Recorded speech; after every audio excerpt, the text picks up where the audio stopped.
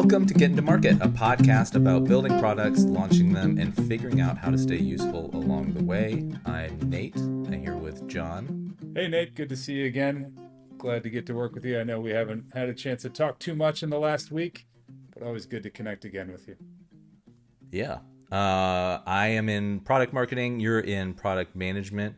If you are not one of the two people who listened to this show before, hi, Mom. Hi, John's mom, Mrs. Miller. Oh, wait, is your mom still alive? Am I treading into trauma territory? Oh, my goodness. Yeah, she's fine, but that's so great. Okay. I'm so glad that part's Tell her recorded. hi. Say hey to your mother for me. What would you do if I said glad no she is okay. and then just started Oh, crying? we'll just get into it. I'll apologize many times about how I'm sorry that your mom is no longer with us, and Oh, we can man. hash that out. But yeah. Well, I'm glad Mrs. Miller is doing okay. Is it Mrs. Miller, Miss Miller? You're doing so great today, dude. Yeah. This is good. Yeah. Mrs. Miller is doing wonderful. She's doing great. All right. Well, I hope you're enjoying these podcast episodes, Mrs. Miller. Shout out from John here. He's not waving at the camera, but I'm sure he means to. Oh, kiss.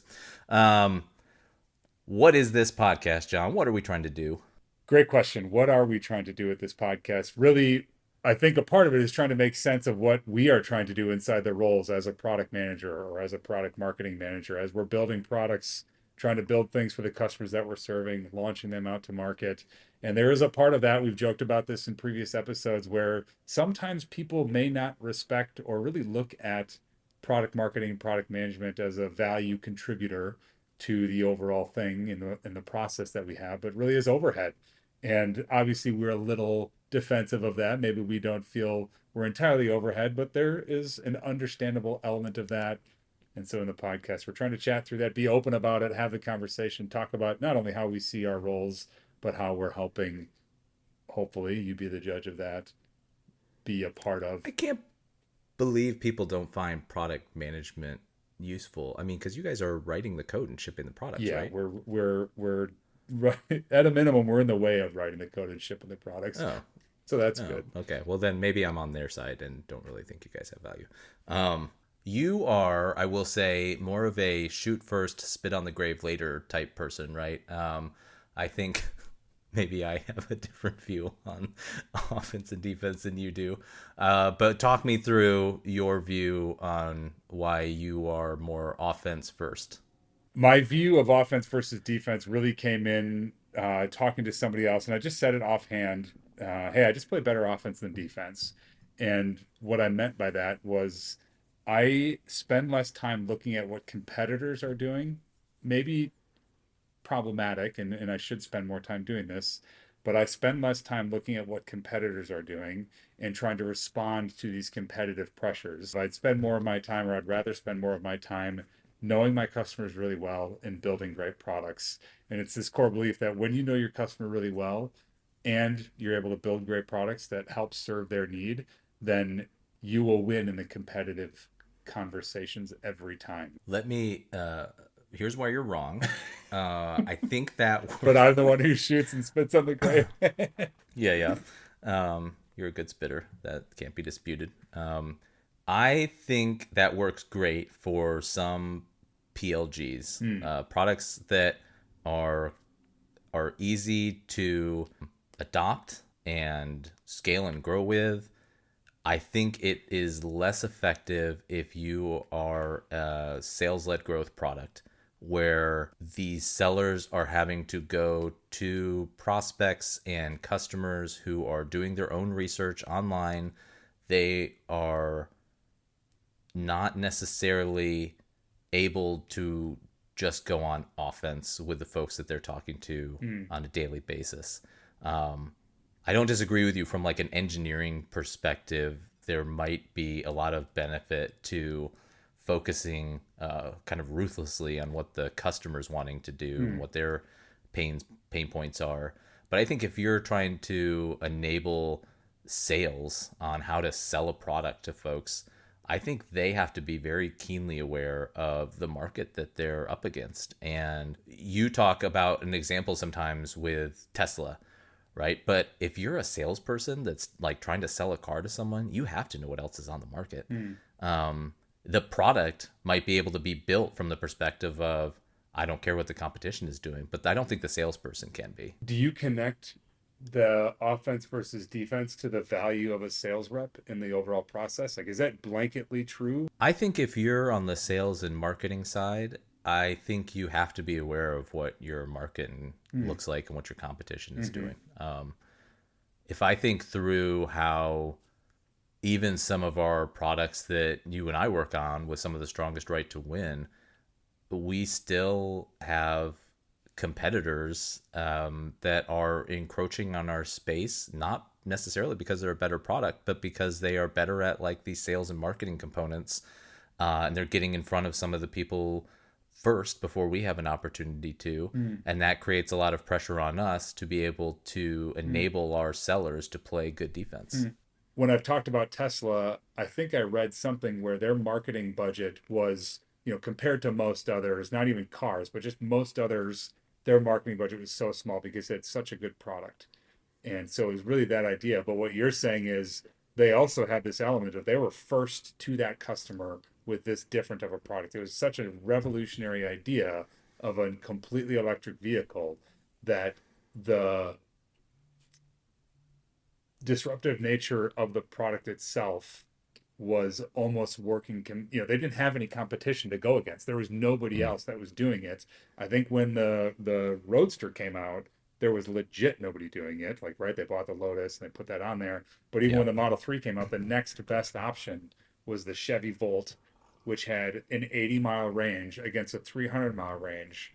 And so in that idea, like, you don't need to worry about competition because you're competing with nobody. There's nothing else there that can even do what you're doing. iPhone's the same. Yeah. If you're a Nothing. category, Yep. creating a new category, Yep. sure. That. It is another aspect of this, right? Digital, right? So, you go out onto the web, you're searching for things, your pain points, trying to find some type of solution that kind of matches what you're struggling with. If we aren't showing for what our competitors are also trying to show for, Mm, we lose out on being right in front of them. I mean, one mm, of our products that you and I both work on has been around for a very long time, mm. longer than many of our competitors.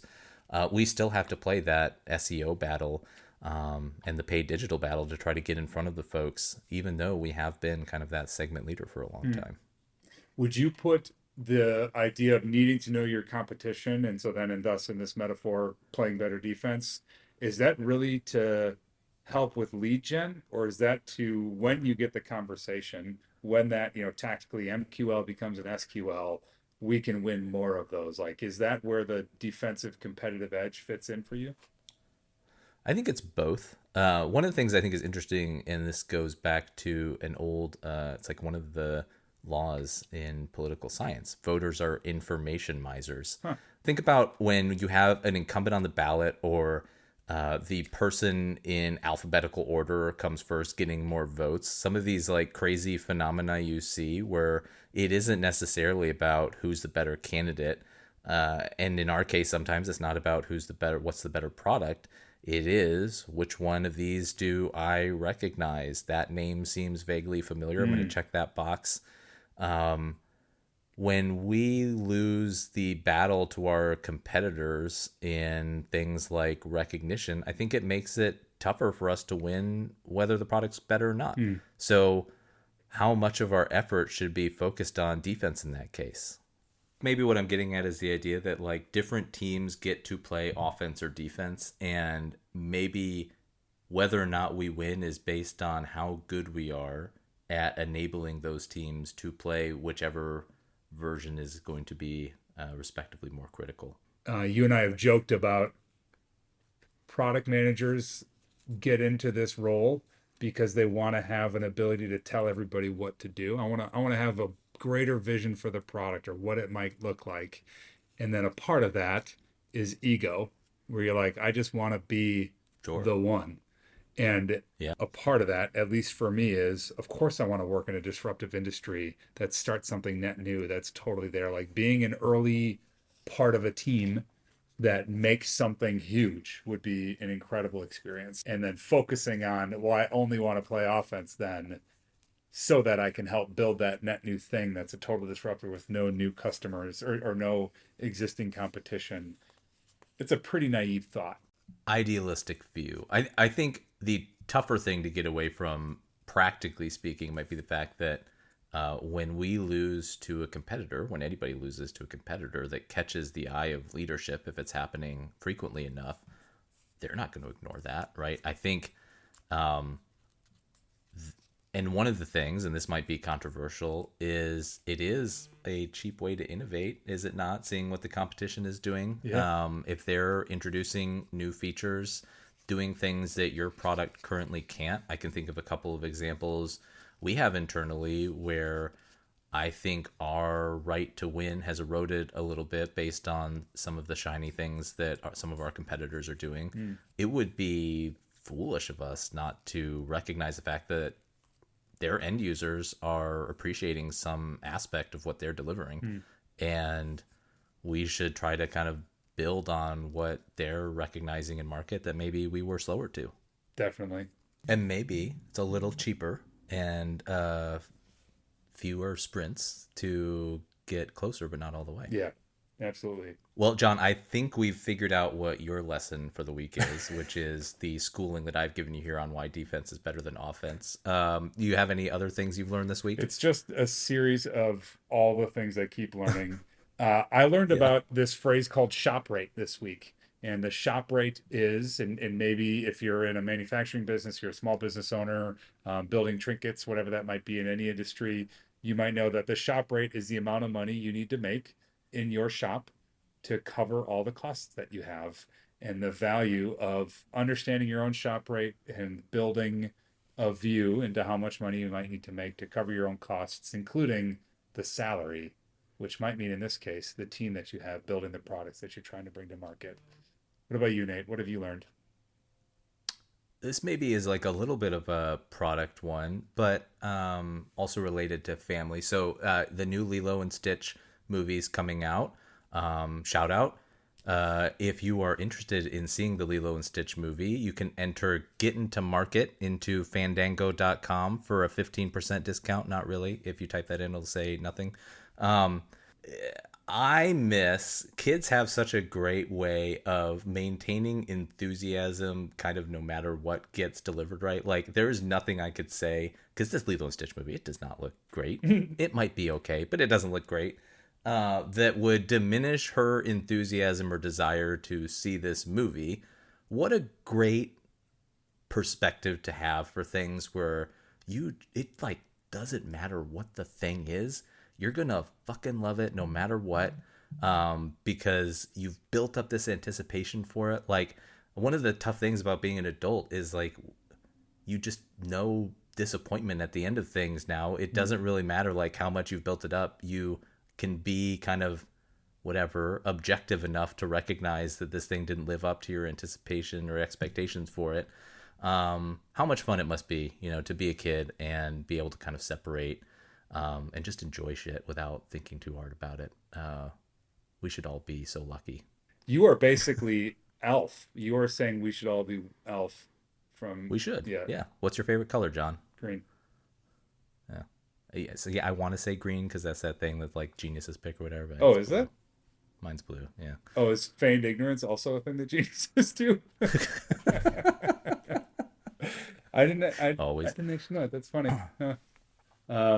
We hope you're excited about getting to spend a little bit of time hearing what we're doing and hearing how our world and getting the markets going. We're really excited to have you here. Don't forget to subscribe. Here we've got going. We'll continue on with the weekly episodes of just us thinking through how we can build products, how we can get stuff to market, how we can work through our differences when we don't agree on a topic, which is all fine and good, and learn from each other. Glad to have you here. Glad to be a part of this. Hope you all are doing great. Thanks, everybody. Bye.